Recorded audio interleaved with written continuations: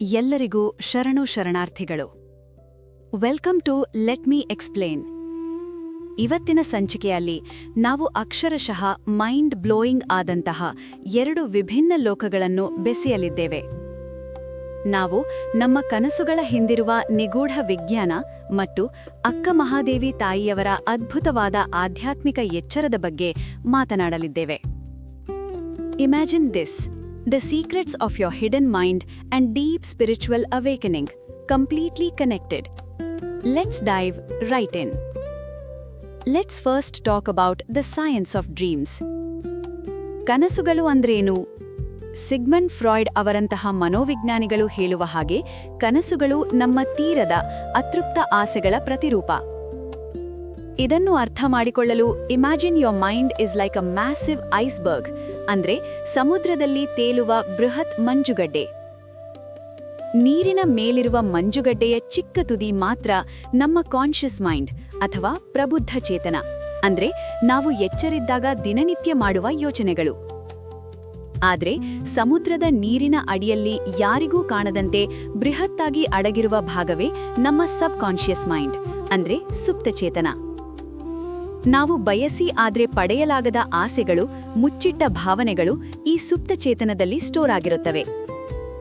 ರಾತ್ರಿ ನಾವು ನಿದ್ದೆ ಮಾಡುವಾಗ ನಮ್ಮ ಕಾನ್ಷಿಯಸ್ ಮೈಂಡ್ ಮಲಗಿದ್ದಾಗ ಈ ಸುಪ್ತ ಚೇತನದ ಆಸೆಗಳು ಕನಸಿನ ರೂಪದಲ್ಲಿ ಬಂದು ತಮ್ಮದೇ ಆದ ನಾಟಕ ಆಡ್ತವೆ. Modern psychology tells us this today, but imagine understanding this complex mind play over 800 years ago. ಈಗ ಒಂದು ವಚನವನ್ನು ಕೇಳೋಣ. ಈ ವಚನವನ್ನು ಬರೆದವರು ಯಾರು? ಈ ಸುಮಧುರ ಧ್ವನಿ ಯಾರದ್ದು ಎಂದು ನೀವೇ ಗುರುತಿಸಿ. ಬನ್ನಿ ಆಲಿಸೋಣ.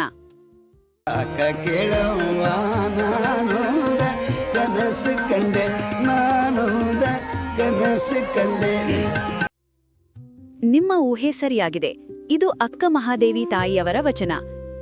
ಇದನ್ನು ಅಷ್ಟೇ ಸುಂದರವಾಗಿ ಪ್ರಸ್ತುತಪಡಿಸಿದವರು ಶ್ರೇಷ್ಠ ಶಾಸ್ತ್ರೀಯ ಗಾಯಕ ಪಂಡಿತ್ ಮಲ್ಲಿಕಾರ್ಜುನ ಮನ್ಸೂರ್ ಅವರು. ಈ ವಚನದಲ್ಲಿ ಅಕ್ಕ ಮಹಾದೇವಿ ತಾಯಿಯವರು ತಮ್ಮೊಂದು ತೀವ್ರವಾದ ಕನಸನ್ನು ಎಷ್ಟು ಅದ್ಭುತವಾಗಿ ಅನುಭವಿಸಿದ್ರು ಮತ್ತು ವಿವರಿಸಿದ್ರು ಎಂಬುದನ್ನು ಈಗ ನೋಡೋಣ. ಅಕ್ಕ ಕೇಳವ್ವ, ನಾನೊಂದು ಕನಸ ಕಂಡೆ,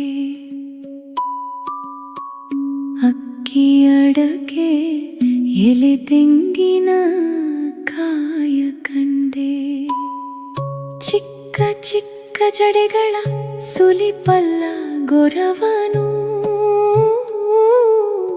ಭಿಕ್ಷಕ್ಕೆ ಮನೆಗೆ ಬಂದುದ ಕಂಡೆನವ್ವ, ಮಿಕ್ಕು ಮೀರಿ ಹೋಹನ ಬೆಂಬತ್ತಿ ಕೈ ಬಿಡಿದೆನು, ಚೆನ್ನ ಮಲ್ಲಿಕಾರ್ಜುನನ ಕಂಡು ಕಣ್ತೆರೆದೆನು. Wow! Just listen to the visual details in her words. ಅವರ ಸುಪ್ತಚೇತನ ಆ ಕನಸನ್ನು ಎಷ್ಟೊಂದು ನಿಖರವಾಗಿ, ಎಷ್ಟು ಅದ್ಭುತವಾಗಿ ಸೃಷ್ಟಿಸಿದೆ ನೋಡಿ. ಅಕ್ಕಿ, ಅಡಿಕೆ, ಚಿಕ್ಕ ಚಿಕ್ಕ ಜಡೆ ಕಟ್ಟಿದ ಸುಂದರವಾದ ಗೊರವ. Everything is so incredibly detailed. Akka Mahadevi ತಾಯಿಯವರು ಕಂಡ ಈ ಕನಸಿನ ಅರ್ಥ ಬಹಳ ಆಳವಾಗಿದೆ. ಅವರ ಸುಪ್ತಚೇತನದಲ್ಲಿರುವ ದೈವಿ ಹಂಬಲ ಕನಸಿನಲ್ಲಿ ಒಂದು ಭೌತಿಕ ಸುಂದರವಾದ ರೂಪದಲ್ಲಿ, ಅಂದ್ರೆ ಭಿಕ್ಷೆಗೆ ಬಂದ ಮನಮೋಹಕ ಗೊರವನ ರೂಪದಲ್ಲಿ ಸೃಷ್ಟಿಯಾಯಿತು. ಇದನ್ನೇ ನಾವು ಸಗುಣ ಸಾಕ್ಷಾತ್ಕಾರ, ಅಂದ್ರೆ ಆಕಾರವಿರುವ ದೈವದ ದರ್ಶನ ಎಂದು ಕರೆಯುತ್ತೇವೆ. ಆದ್ರೆ ಇಲ್ಲಿರುವ ಅತ್ಯದ್ಭುತವಾದ ವಿಚಾರ ಏನು ಗೊತ್ತಾ? ಅಕ್ಕ ಮಹಾದೇವಿ ತಾಯಿಯವರು ತಮ್ಮ ಮನಸ್ಸು ಸೃಷ್ಟಿಸಿದ ಕನಸಿನ ಭ್ರಮೆಯಲ್ಲೇ ಕಳೆದು ಹೋಗಲಿಲ್ಲ. ಆ ಸುಂದರ ಭೌತಿಕ ರೂಪವನ್ನು ಹಿಡಿಯಲು ಹೋದಾಗ ಅದೊಂದು ಕೇವಲ ಮನಸ್ಸಿನ ಮರೀಚಿಕೆ, ಅಂದ್ರೆ ಮಿರಾಜ್ ಆಫ್ ದ ಮೈಂಡ್ ಎಂದು ಅರಿವಾಗಿ ಅವರಿಗೆ ಎಚ್ಚರವಾಯಿತು. ಕಣ್ದೆರೆದೆನು ಅಂದ್ರೆ ಭ್ರಮೆಯಿಂದ ಹೊರಬಂದು ಆಧ್ಯಾತ್ಮಿಕವಾಗಿ ಜ್ಞಾನೋದಯವಾಯಿತು. ಇದನ್ನು ಸರಳವಾಗಿ ಅರ್ಥ ಮಾಡಿಕೊಳ್ಳೋಣ. Imagine a child holding a balloon. ಆ ಬಲೂನ್ ಒಳಗಿರುವ ಗಾಳಿಗೆ ಒಂದು ನಿರ್ದಿಷ್ಟವಾದ ಆಕಾರ, ಅಂದ್ರೆ ಫಾರ್ಮ್ ಇದೆ. ಆದ್ರೆ ಆ ಬಲೂನ್ ಒಡೆದಾಗ ಏನಾಗುತ್ತದೆ? ಒಳಗಿದ್ದ ಗಾಳಿ ಮಿತಿಯಿಲ್ಲದ, ಆಕಾರವಿಲ್ಲದ ಅನಂತ ಆಕಾಶವನ್ನು ಸೇರಿಕೊಳ್ಳುತ್ತದೆ ಅಲ್ಲವೇ?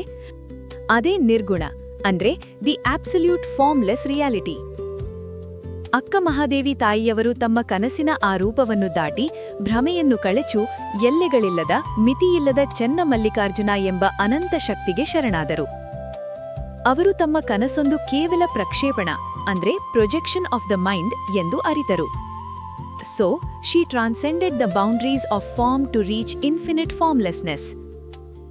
ಸಗುಣ ಸಾಕ್ಷಾತ್ಕಾರವನ್ನು ಮೀರಿ ನಿರ್ಗುಣ ಸಾಕ್ಷಾತ್ಕಾರವನ್ನು ಪಡೆಯುವುದರ ಘನತೆಯನ್ನು ಇದು ಸೂಚಿಸುತ್ತದೆ. ನಾವು ಪ್ರತಿದಿನ ಎಷ್ಟೊಂದು ಸಣ್ಣಪುಟ್ಟ ವಿಷಯಗಳಿಗೆ ಸ್ಟ್ರೆಸ್ ಮಾಡಿಕೊಳ್ಳುತ್ತೇವೆ ಅಲ್ಲವೇ? ನಮ್ಮ ಮನಸ್ಸಿನ ಭ್ರಮೆಗಳು, ನಮ್ಮ ಚಿಕ್ಕ ಚಿಕ್ಕ ಆಸೆಗಳು ನಮ್ಮನ್ನು ಸದಾ ಕಾಡುತ್ತವೆ. ಆದರೆ ನಮ್ಮದೇ ಸುಪ್ತ ಮನಸ್ಸಿನ ಆಟಗಳನ್ನು ಅರ್ಥ ಮಾಡಿಕೊಂಡಾಗ ಮತ್ತು ಅಕ್ಕ ಮಹಾದೇವಿಯವರಂತೆ ನಮ್ಮ ಅಂತರಂಗದ ನಿರ್ಗುಣ ಸತ್ಯವನ್ನು ಅರಿತಾಗ ನಮ್ಮ ದಿನನಿತ್ಯದ ಆತಂಕಗಳೆಲ್ಲ ತಾನಾಗಿಯೇ ಕರಗಿ ಹೋಗುತ್ತವೆ. ಅಕ್ಷರಶಃ ನಮ್ಮ ಶರಣ ಪರಂಪರೆ ವೈಜ್ಞಾನಿಕವಾಗಿ ಮತ್ತು ಆಧ್ಯಾತ್ಮಿಕವಾಗಿ ಎಷ್ಟೊಂದು ಪ್ರೊಫೌಂಡ್ ಆಗಿದೆ ಅಲ್ಲವೇ? ಇಂದು ನನ್ನೊಡನೆ ನಮ್ಮ ಸುಪ್ತ ಮನಸ್ಸು ಮತ್ತು ಈ ಆಧ್ಯಾತ್ಮದ ಬಗ್ಗೆ ಎಕ್ಸ್ಪ್ಲೋರ್ ಮಾಡಿದ್ದಕ್ಕೆ ಧನ್ಯವಾದಗಳು. ನಮ್ಮ ಇಂದಿನ ಸಂಚಿಕೆಗೆ ಆಧಾರ ಗ್ರಂಥವಾದ ಬಸವ ಸಮಿತಿಯು ಪ್ರಕಟಿಸಿರುವ ಶರಣತತ್ವ ವಿವೇಚನೆ ಪುಸ್ತಕದ ಲೇಖಕರಾದ ಲಿಂಗೈಕ್ಯ ಪ್ರೊಫೆಸರ್ ಬಿ ವಿರೂಪಾಕ್ಷಪ್ಪ ಅವರಿಗೆ ನಾವು ಕೃತಜ್ಞತೆಗಳನ್ನು ಸಲ್ಲಿಸಲೇಬೇಕು. ಮತ್ತೊಮ್ಮೆ ತಮ್ಮೆಲ್ಲರಿಗೂ ಶರಣು ಶರಣಾರ್ಥಿಗಳು.